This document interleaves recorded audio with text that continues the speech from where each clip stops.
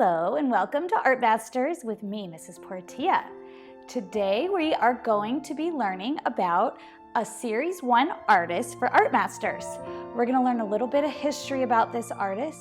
We're going to see some slides of their work, and we're going to see a little glimpse of what this month's art project will be. Today you will meet one of the most celebrated artists of all time, Vincent van Gogh. What makes him a master artist? Some say it's his use of texture. Others say it's his use of color. Still others say it was his fascinating life. We will look at his art, learn a bit about his life, and try to determine why Vincent van Gogh is one of the most celebrated artists of the world. This is Vincent van Gogh. During his lifetime, many considered him to be a failure. In his 37 years of life, he tried to be an art dealer, and he was fired. He tried to teach, but he lost his job. He tried to be a minister, preaching to those in need for free, but no one wanted to hear what he had to say. He didn't even begin painting until he was 29 years old. He sold only a handful of drawings in his entire lifetime, and his art was sometimes made fun of. He died in poverty, leaving behind over 1,700 works of art. Today, we consider Vincent van Gogh to be one of the greatest artists in history of art. University students can spend years studying his paintings, drawings, and letters. The Getty Museum paid nearly $54 million for one of his iris paintings, and Tokyo Gallery bought a painting of Vincent's doctor for more than $82 million. He wanted to capture something special about each person he painted. He wanted to capture that special something that makes a person memorable throughout time. He had grand ideas about painting. Let's see if this is true about his next portrait.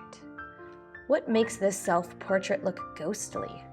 The blue in the background is also in his face, especially in his eyes and his beard, and in his jacket.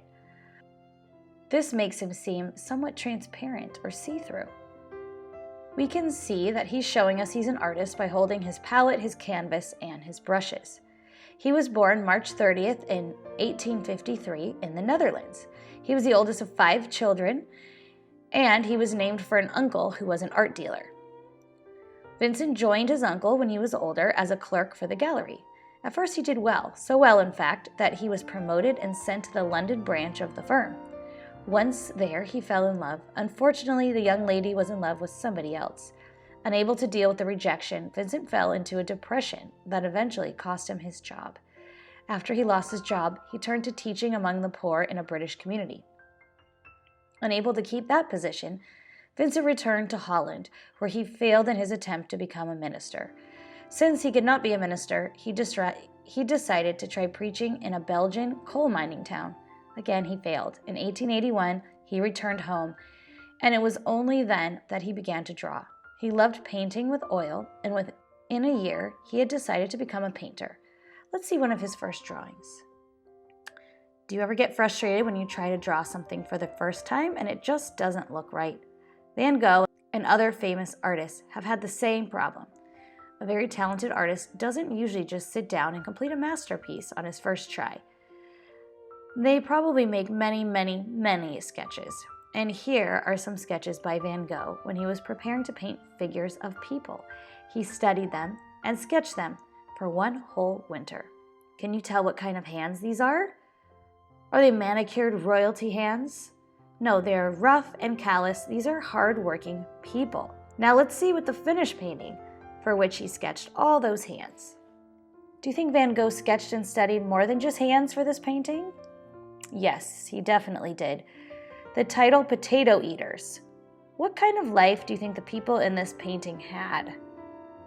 It looks like they had a hard life. They were peasants and farmers who worked the land. What feature of the people did Van Gogh exaggerate or make larger? Think about the sketch we just saw. The hands. Why? To get our attention. He wanted us to see that the hands of the people eating the potatoes were the same hands that dug them up from the field. They're hard workers. Why do you think Van Gogh used such dark, earthy colors like browns? To match the earth the farmers worked, and to set a drab, dreary mood. The family in this painting was so poor they had only a few potatoes to eat for dinner. They looked tired and not very happy. If he had used all bright colors, would the feeling or mood of the picture be the same? No, it would be cheerful and exciting. He used color to express emotion or mood in the painting. If you look closely at the faces of the people, they kind of look like they're carved out of wood. Van Gogh used this technique to show that a rough, rugged life that they led. Van Gogh kept using dark colors until he discovered some very colorful Japanese artwork. He loved the bright colors and the strong lines he saw.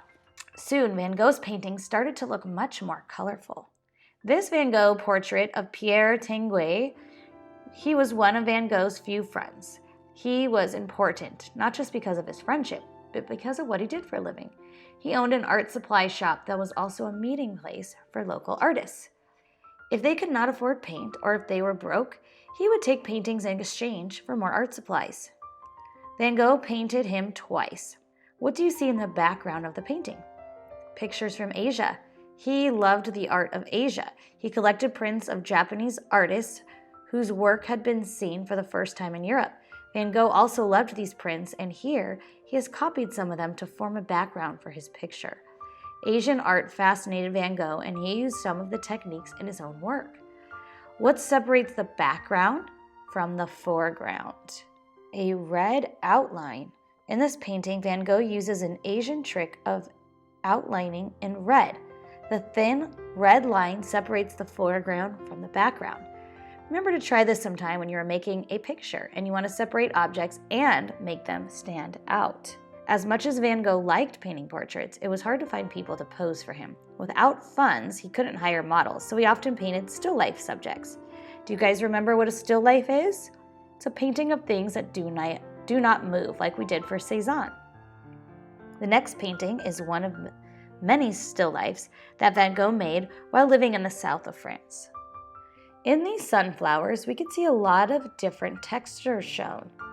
We could see thick brush strokes on the flowers. We could see smooth paint on the vase. How would the flowers feel if you could touch them?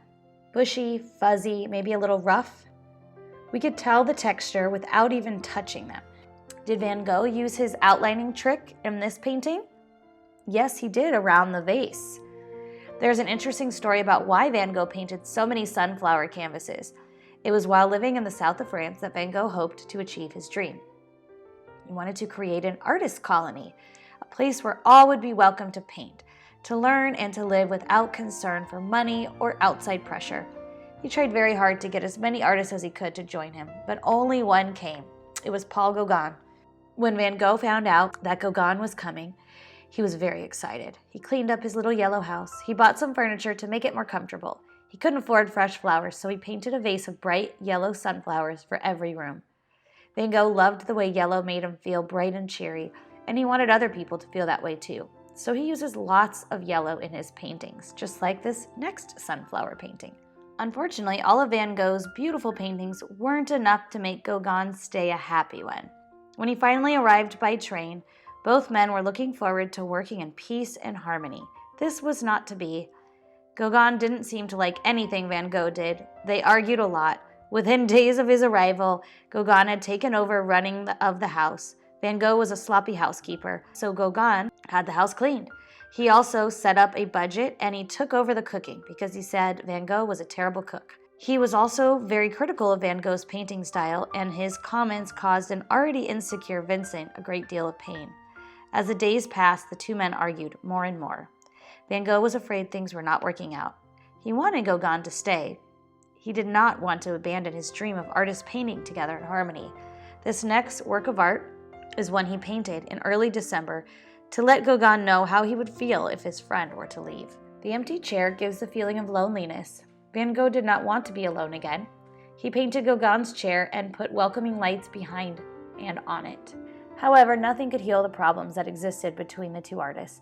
Things just got worse. Van Gogh had always had problems during his life with the way he felt.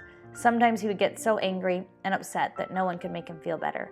This time he became so angry and upset that he used his shaving razor to cut off part of his ear. After that, Gauguin sent a telegraph to Theo informing him that his brother was dying. Gauguin left shortly thereafter, never talking to or communicating with Van Gogh again. When his brother arrived, he found Vincent weak from losing blood, but the doctor said that he would recover. Theo realized that his brother needed help, and Vincent was sent to a local hospital where he spent the next week. Upon release from the hospital, Van Gogh painted his next self-portrait. Van Gogh painted this self-portrait in his bedroom. He is looking into a mirror that hung beside the window you can see on the right. Can you see the easel with the canvas in the background on the left? Van Gogh included that to show that he had recovered and was painting again. But this is not a portrait of Van Gogh, but rather a portrait of Van Gogh's reflection in the mirror. We know this because his right ear appears to be bandaged, but in fact, it was the left ear that was injured. This event, more than any other in Van Gogh's life, caused him to become a mysterious and legendary painter. In May of 1889, less than 6 months after the incident with Gogh, Van Gogh committed himself to a mental hospital in the south of France. At first, Van Gogh did well, responding to the structured rules. He painted some of his most important paintings while there, including his most famous work, The Starry Night. Now we're seeing a nighttime full of stars. Is it a peaceful, quiet night? Well, the swirling stars and moving, exploding around us makes it seem like it's not a peaceful, quiet night. Look at the brushstrokes in the painting. Vincent seemed to always be in a hurry. He wasn't interested in putting down thin layers of color. He applied his paint, sometimes straight from the tube, and moved it with a palette knife and sometimes a brush. You could see each bold brushstroke. Notice the swirling, spiraling lines of colors around the stars. You will have a chance to try this in your art activity. Notice how Van Gogh shows the use of the path those stars take through the sky. Astronomers have determined that the path Van Gogh's stars take is indeed the actual path the stars would have followed. Now that we've seen how Van Gogh's brushstrokes seem to make the evening sky vibrate, let's see one of his remarkable skies in daylight. How is this daytime sky different from his starry sky? There's warmer colors like the oranges, reds, yellows. There's only one star, which is the sun. How is it similar? The brush strokes are thick and moving. Do you see any outlines on this composition? Yes, if you look closely at the tree trunks and the sun, you will see an outline, which makes these things stand out. Van Gogh applied his paint thickly, sometimes with a palette knife. When we look at his work of art, we can see thick paint. We can see the brush strokes he used. Through his thick paint use, we could see all the visible brush strokes and textures he has in his paintings. If you ever see one in real life, the paint is so thick and shiny and bright. It's really cool to see. Let's take a close-up at this sky. If you could run your hand over your painting, how would it feel? It would feel rough and bumpy. He uses the texture to emphasize or exaggerate the radiance, the brightness of the sun. Van Gogh often painted day and night. To see at night, he would place candles in the brim of his hat, light them, and continue working. Sometimes when the candles were very short, the people of the village would walk by and yell, "Monsieur Van Gogh, your hat will soon be on fire."